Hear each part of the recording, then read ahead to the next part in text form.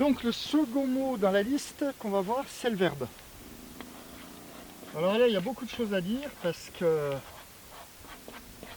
ça va avoir l'air de rien comme ça, mais je peux dire que j'en ai bavé pour trouver une définition au verbe. Le verbe, on se trouve, ouais, tout le monde connaît les définitions du verbe, hein.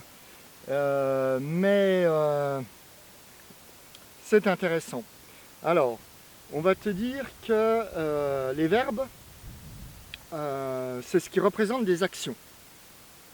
D'accord? Donc, là déjà, dans ce type de définition, bon, ça peut coller, c'est ce que ça représente, mais voyons voir tout de suite. On attaque avec ça, par exemple.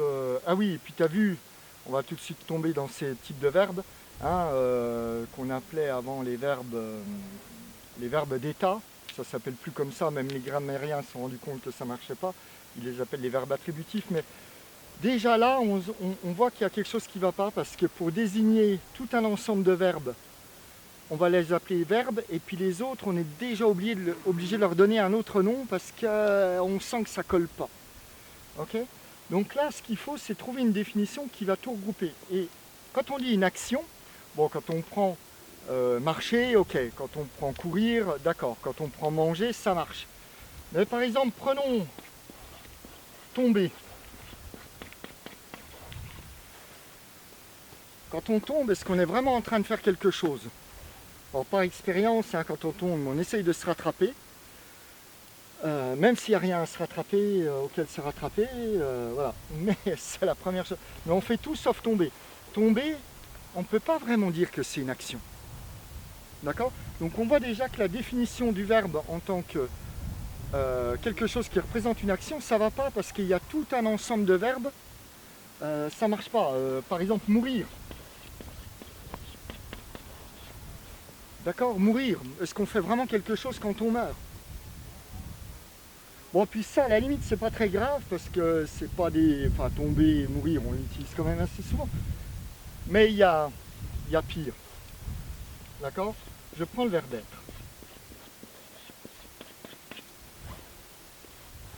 Est-ce que quand on utilise ce verbe-là, est-ce qu'on fait quoi que ce soit?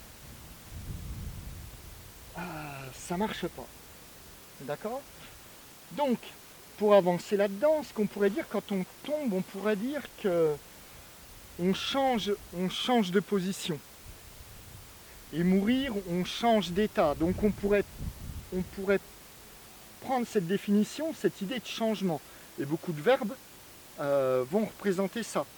Mais bon, quand on dit manger, on fait quelque chose, on n'est pas en train de changer d'état. On est juste en train de manger.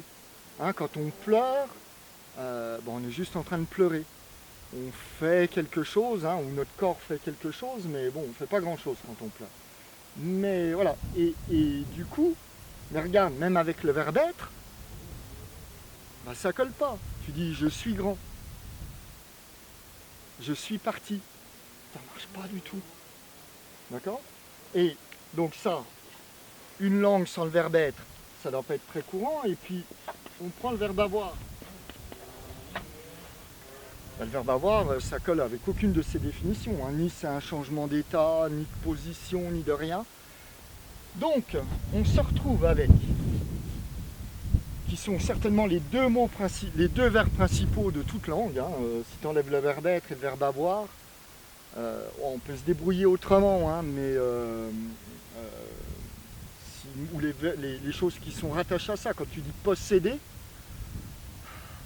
il n'y a ni changement de position, ni quelque chose que tu fais, donc cette définition, elle ne colle pas du tout.